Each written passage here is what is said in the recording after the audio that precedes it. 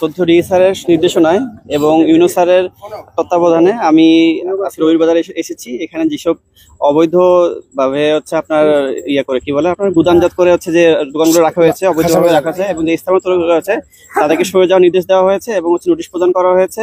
আমরা অচিরে হচ্ছে অ্যাকশনে আসবো এবং যদি পরবর্তীতে যদি পাওয়া যায় তাদেরকে এভাবে তখন হচ্ছে আমরা উচ্ছেদে যাবো।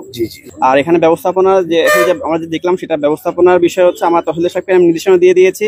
এখানে আমার চেয়ারম্যান সাহেব এখানে আছে এবং ইউনূস স্যার হচ্ছে এর বিষয়ে অবগত আছেন এবং সবাই মিলে বসে আমরা সুন্দরভাবে একটা ব্যবস্থাপনার মধ্যে যারা আসে এবং মানুষজন এখানে বাজার করতে আসতে পারে এবং যারা নিয়ে আসবে তারা বাজার ঠিক মতো বেচতে পারে সেই ব্যবস্থা যেন হয়, সে বিষয়ে আমরা কাজ করবো ইনশাআল্লাহ। যখন হচ্ছে আমরা এই কাজে আসবো, যখন হচ্ছে আপনার যেখানে সরানো হবে, যেখানে হচ্ছে স্টক হয়ে যায় স্টক রাখা সুবিধা সহ, তখন হচ্ছে বাজার রাস্তাটা এমনিতে হচ্ছে আপনার মুক্ত হয়ে যাবে এবং এই বিষয়ে হচ্ছে আপনার কার্যক্রম আমাদের নেওয়া হবে।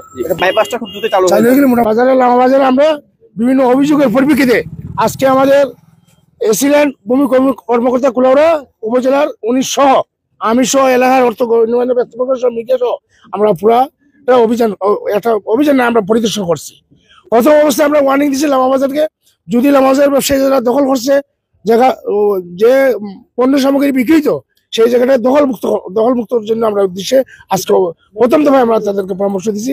আগামী সপ্তাহে যদি দেখা যায় যদি তারা না সরায় তাহলে আমরা আইনগতভাবে ব্যবস্থা নিব, যেটা করা করবো।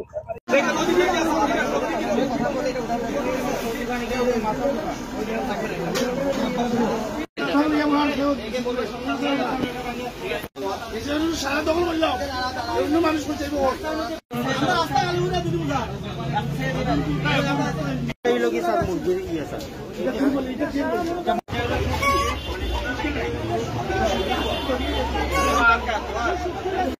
বাড়াইতেছে, কোন ওদের ইচ্ছা মতো বাড়াইতেছে, ওদের ইচ্ছা মতো পলিটিন লাগাইতেছে, ওদের ইচ্ছা মতো।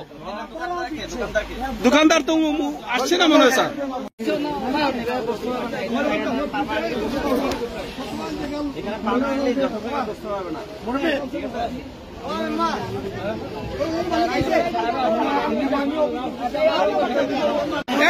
এই দোকানটা সাকুলার